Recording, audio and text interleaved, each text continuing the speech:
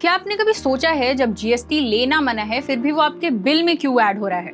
और क्या आपको ये पता है अगर कोई बिजनेस कॉम्पोजिशन स्कीम में रजिस्टर्ड है तो वो आपसे जीएसटी चार्ज ही नहीं कर सकता, लेकिन फिर भी छोटे बिजनेस और रेस्टोरेंट्स आपसे जीएसटी अलग से लेते हैं। तो चलिए इस कंफ्यूजन को आज क्लियर करते हैं। सबसे पहले समझते हैं कॉम्पोजिशन स्कीम होती क्या है। ये स्कीम उन बिजनेसेस के लिए है जिनका टर्नओवर 1.5 करोड़ से कम होता है। गवर्नमेंट ने इनके लिए जीएसटी का एक सिंप्लीफाइड वर्जन डिजाइन किया है जिसमें मंथली जीएसटी फिलिंग की जरूरत नहीं होती। हर ट्रांजैक्शन पे इनपुट आउटपुट क्रेडिट का भी झंझट नहीं होता। सिर्फ एक फिक्स्ड परसेंटेज पे जीएसटी भरना होता है, वो भी टर्नओवर के बेसिस पर। जैसे कि मैन्युफैक्चरर्स, इन पे होता है 1% का, ट्रेडर्स पर भी 1% का। इसके अलावा जो रेस्टोरेंट्स नॉन अल्कोहलिक होते हैं उन पर पड़ता है 5%। लेकिन इस स्कीम का सबसे इम्पोर्टेंट रूल ये है कि ऐसे बिजनेसेस जीएसटी कस्टमर से अलग चार्ज नहीं कर सकते हैं।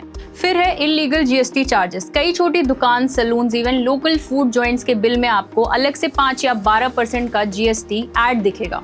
और जब आप उनसे पूछेंगे तो वो आपको बता देंगे कि वो कॉम्पोजिशन यानी कि वो किसी भी सप्लाईज पर आपसे टैक्स कलेक्ट नहीं कर सकते हैं। अगर वो कहते हैं या चार्ज करते हैं तो रूल्स वायलेट कर रहे हैं या फिर जानबूझकर आपसे ज्यादा पैसे ले रहे हैं। अब आपको कैसे पता चलेगा कि कोई बिजनेस कॉम्पोजिशन स्कीम में है या नहीं? तो उसका इनवॉइस चेक कीजिए जिसमें आपको साफ लिखा मिल जाएगा कॉम्पोजिशन टैक्सेबल पर्सन। इसके अलावा आप जीएसटी इनवॉइस वेरीफाई कर सकते हैं गवर्नमेंट की वेबसाइट पर जाकर। अलग से जीएसटी चार्ज दिखे तो सीधा सवाल पूछिए, आप कॉम्पोजिशन स्कीम में हैं तो अलग से टैक्स क्यों ले रहे हैं? और अगर आपका जवाब आपको सेटिस्फैक्टरी नहीं लगता तो आप जीएसटी कंप्लेंट पोर्टल पे या कस्टमर हेल्पलाइन पर कंप्लेन भी कर सकते हैं।